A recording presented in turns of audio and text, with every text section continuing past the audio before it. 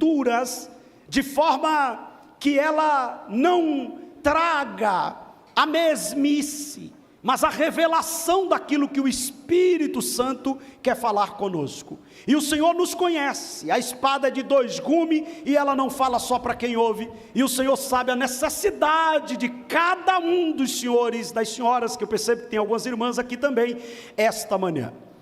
Quando o Espírito de Deus move dentro do coração de Neemias, e posso dizer que foi este mover dentro do seu coração, foi mediante uma informação. Ele estava, como eu disse ontem para as esposas, vivendo, pastor Raifran, um momento magnífico, um momento extraordinário, pastor Anderson, meu amigo do Fórum de Missões. Momento, imagina você conseguir chegar ao posto de copeiro do reino da Pérsia. Não era para qualquer um, não era só um cargo de confiança, era um cargo de altíssima confiança, era alguém que tinha contato direto, era alguém que o rei depositava a sua vida na mão dele, porque de fato era quem tinha a prerrogativa de servir ao rei e olhar se não tinha alguma armadilha para matar o monarca que estava no trono. Mas esse homem tem uma informação. Qual é a informação que ele tem? Que a sua terra natal, que Jerusalém está assolada. Apesar de ter se passado tantos anos, a cidade estava um caos. Os muros da cidade estavam derrubados. Isso significa dizer que a cidade estava desprotegida. O muro naquela época não era uma questão de uma segurança prévia, momentânea, era a segurança, era aquilo que demonstrava que quem estava naquela cidade estava seguro. Irmãos amados, um homem em um posto que ele estava, ele se sensibiliza pela situação que está a cidade de Jerusalém, e mais do que isso, ele sabia que ali era resultado de uma colheita de infidelidade a Deus.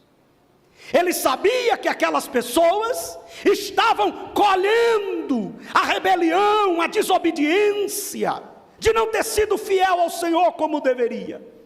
Mas ele não se valeu deste argumento, de que se queixa o homem dos seus próprios pecados. Eu conheço alguns irmãos que gravam até alguns versículos para se omitir de fazer o que o Espírito quer que ele faça. E se nós não tivermos o cuidado, nós deixamos a oportunidade passar. E Neemias não deixa. Neemias é incomodado. Ele é movido por um sentimento de compaixão pela sua terra.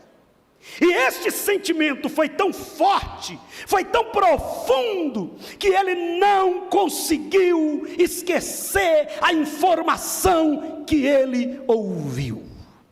Aquela informação mexeu com ele, mexeu a tal ponto de tirar dele a tranquilidade. É isso que uma chamada faz, é isso que uma vocação faz, tira a sua tranquilidade para tirar você da zona de conforto.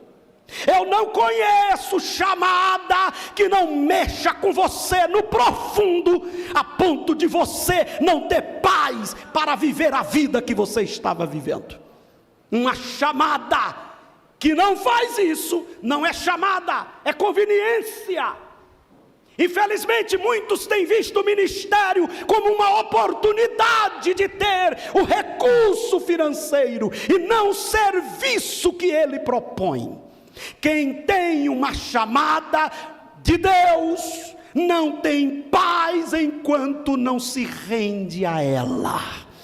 E a Bíblia diz que Neemias fica apavorado.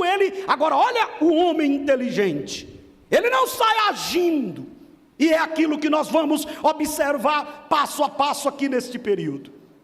A primeira coisa que eu gostaria de pensar aqui, e aí eu convido você para olhar o que está aí na apostila, e depois a gente retoma, é entender o chamado. Porque tem muita gente que está atrofiado no ministério, porque ele está esperando que o chamado, a missão dele seja da mesma forma que foi no outro, e não é assim. Tem gente que Deus chama pelo nome, senhores. Eu me lembro que quando Deus me chamou ao ministério, foi uma das coisas mais tremendas que eu já vi. Eu estava em uma festa, em uma igreja quase desse porte. Eu já era um adolescente que eu comecei a pregar com 9 anos de idade. E eu cheguei naquele dia, todo mundo me conhecia na cidade, pregador mirim. Minha voz era uma voz fina, terrível, todo mundo queria ver o pregador mirim, mas eu sabia meu lugar. A igreja estava cheia, eu não era obreiro. Eu subi e fiquei na galeria, a galeria estava cheia, eu fiquei no corredor da galeria. E o pregador, a primeira vez que o homem apareceu na cidade, um pregador de São Paulo, daqui a pouco ele para a mensagem e diz: Edivaldo Santos da Silva Filho. Eu digo: é eu. Ele diz: apelido de Valdinho. Olha, irmãos, só me chama de Valdinho minha mãe, meu pai e meus irmãos. Nem minha esposa me chama assim. E ele veio com a bicicleta emprestada do pai, uma Monarca azul, e está do lado de fora, na grade do templo, e está do lado direito. E esse rapaz está aqui no templo. E não está aqui embaixo, está na galeria. E não está sentado, está em pé. Cadê você, moço? Eu digo: é eu, pastor Elidônio, é eu. Levantei a mão e disse: desça daí, seu lugar não é aí, seu lugar é aqui no altar.